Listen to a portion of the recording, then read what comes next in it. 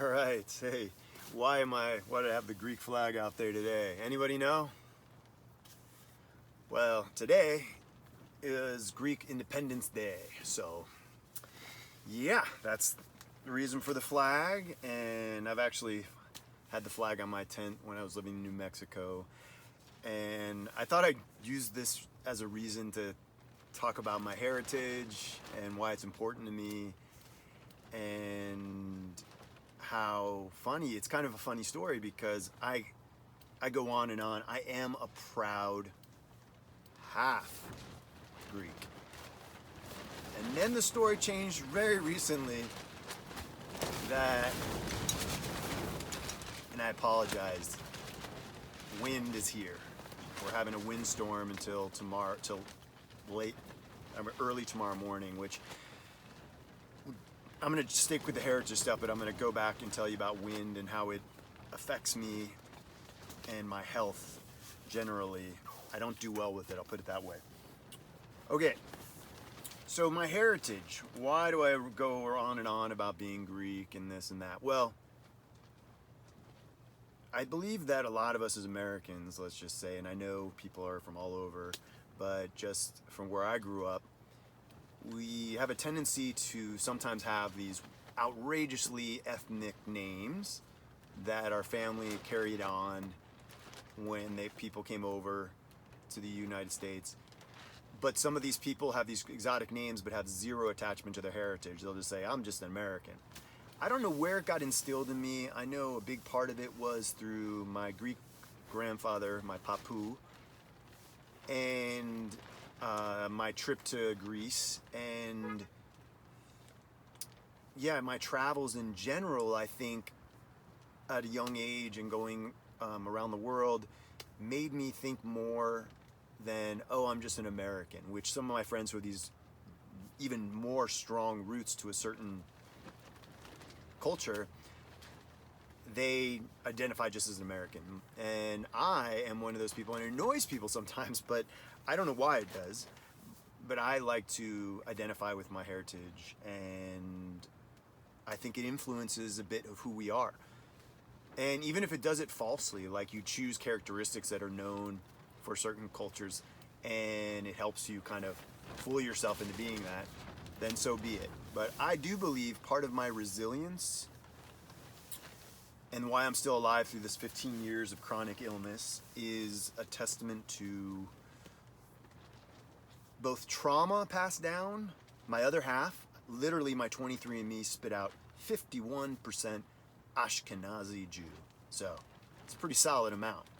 My grandmother escaped Belarus, what was Russia and now is Belarus, Minsk, and my great grandmother as well, and that's a whole story. But I'm definitely a quarter Russian Jew, and my grandfather on my mother's side is German. Last name was very German Jew, and the other half, my father's side, up till now, I thought was half Greek, which it is, but I did just find out from a relative that my grandfather's mother, if I have this right, I believe, was actually born in Italy, very far south Italy. So, all these years, nothing wrong with Italians. I love them, of course, especially during this time, what's going on. But I'm going to relate it back to football or soccer. And I'm a big passionate fan of soccer. I've been to a couple World Cups. I went to Brazil in 2014. I went to many of the Greek games, and I'm going to try to put some photos of me. I had traded away my Greece jersey to a Japanese gentleman earlier in the tournament when Greece and Japan played. And then by the time they were in the quarterfinal against Costa Rica, let's not get into it. Greece should have absolutely won that game. It was a total farce. But that said, I didn't have a jersey, so I was staying with somebody in Olinda, and they are an artist, and they helped paint me up with Greek flag and Elas on me. So it was an interesting time and hard time, but a great time. But this wind is crazy, so I apologize if it's affecting the sound and everything. But I'm just having a cozy evening in the tent. I went on before I get into that, I'll just talk more about the heritage. I even wrote something down to remind me of it, about talking about those things I was saying. I believe within my Jewish side, the resilience and the trauma from having to escape and all that gets passed on. And some of it good, some of it bad, meaning trauma can be trauma. But I do think it instills an amount of resilience. And then I always harness, and this is where I'll give the example, I always say Spartan warrior spirit for when I was a wrestler, and me and Steve Politis, who was the other full Greek, both the smallest guys on the team, the two little runts, I was the tiniest, would be the captains leading out. So you had the half Greek and the Greek, and it was quite funny. But some of the things that are more related to that culture, I end up doing. So I think when I visited Greece for the first time when I was like 22 or 23, people started speaking Greek to me. They thought I was Greek, and I just felt like it was home. The weather, everything. So whatever that is, I felt it, from the food to working in a famous Greek restaurant, family owned, not my family, but Alexi's Foods in Portland, and getting to be with those people. And that's how I came to get my name. So some of you don't know that I actually changed my name probably about getting closer to 15 plus years ago, 2020. And I changed it because our last name had been assimilated when my grandfather was here, and they changed it from the longer Greek name to shortened name. And I ended up changing it back. I never did the paperwork, but I went by the alias because all the time I was traveling, I never officially changed it. But I've gone by it for many, many years. And they called me Mattheos at the Greek restaurant as well, which is just the Greek form of Matthew. And so I was changing the last name to Tsanakis, and I ended up changing the first name as well. So that is a little bit the story. If some of you have known me in the past are like, who's this? Who's the guy with the Greek name?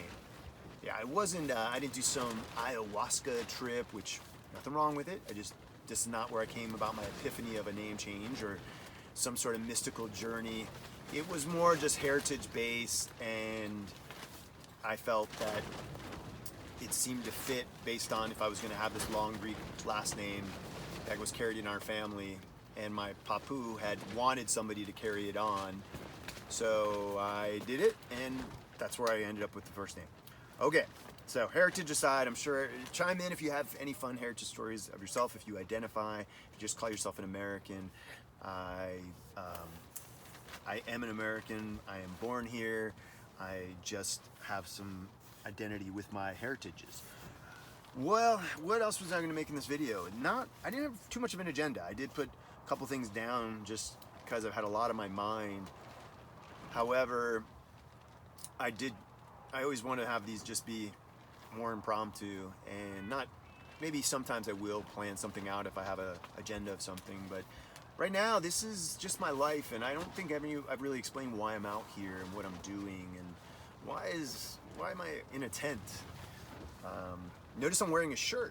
I know some people have been teasing me because I never wear a shirt. Well, it's kind of chilly, and I'm actually wearing, don't tell the Greeks, no, there's a big thing between the Turks and the Greeks. I visited Turkey, and I bought this shirt in Turkey in 2006, still going, and it's my Greek blue, and I've been wearing it, so I've been rocking some blue for Greek Independence Day today, plus blue is my favorite color, which you'll notice I have a lot of blue things. But the reason I'm out here, and the reason I hashtag things high risk COVID-19 and what that's about, well, I allude to it, and I've talked about it ad nauseum for some people, and they're just over it, and I get it. And I'm gonna do a mix. This channel and what I'm doing from my YouTube to Instagram isn't just about chronic illness awareness. That's a huge portion, but I also want to just have fun with it and pass on some of the things that I do, the lifestyle, and just have fun. But a big portion is about health issues and what happened to me about 15 years ago. The tent's gonna fall apart. No, it's not. Big Agnes, if you're listening, tent company, hook me up. Hook me up. I've lived this thing over a year. Yeah, why I'm out here is because I am in the high risk group. I believe everyone should do their best to avoid getting sick with COVID. But I've experienced this for many years during flu season that I have to be vigilant. I have a number of conditions that are considered putting you at high risk, and you combine that with my ancient age now of 45. My friends that are older, I have some good friends in their 80s. I know I'm young, but let's just say it took me a long time. It seemed like to get to this 45 based on what happened these last 15 years. I feel very fortunate and I want more, especially as I feel I'm getting close to the finish line. So that comes to what I'm doing. A lot of people have looked at me like, he must be just scared to death if he's out there. Of course, nobody wants to get this. It is scary. But it's less about fear of death than it is about my passion and desire to create a legacy, and to, in moments that I'm feeling good, I just did my injective therapy today and yesterday, and I feel so much better.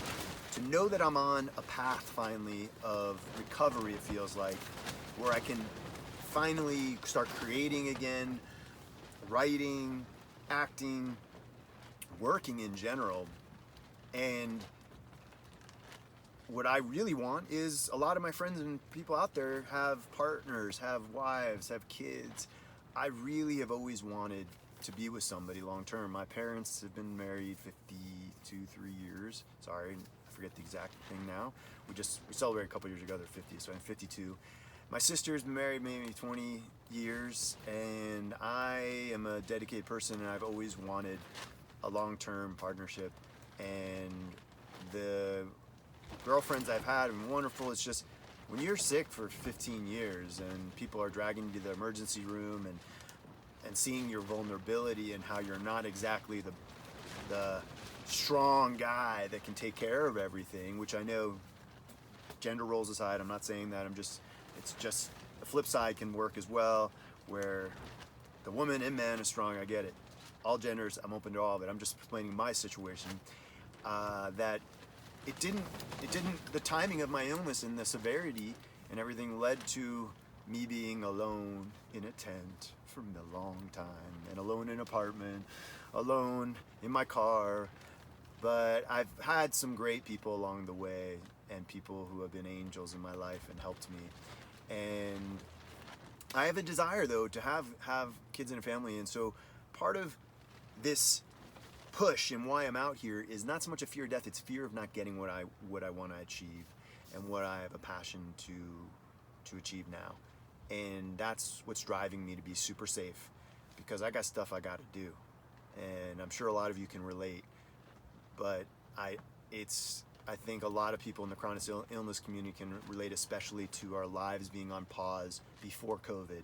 Now it's an extra pause, and it's kind of ironic for me. As soon as I'm getting going, and I'm not a God believer, I'm an atheist, but still, like, if I were using that verbiage or that vernacular of, God has put another hurdle in my way, another challenge. And I know that works really well for people. For me, I just say there is a huge, ginormous new hurdle. And if I come this far, am I gonna not jump over this final hurdle? Am I gonna stop here? Well, everybody's entitled to, and that's what I want to say, is people can give up whenever you want. And I validate that. I don't think go, go, go, go. I mean, I used to be that way when I was in sports, and to an obnoxious level, and it got me really far in certain areas, my stubbornness, my drive, and all that. But in this circumstance, it almost killed me, because I'm always pushing. And even though another ironic thing is many of the people around me, from friends to family, always thought I was just giving in. And it's such a mind fuck for so long for me that it's almost like you felt you lived a false reality or an alternative world, where you go, did these people remember that I didn't miss work, went to, hustled my way through school. I wasn't that smart, but I ended up with great grades and stuff because I had to work hard. And I achieved a lot based on hustle. And I always refer to myself as a hustler. And I use that in a positive connotation, really do. But in what I had and got labeled with is somebody who was just quitting.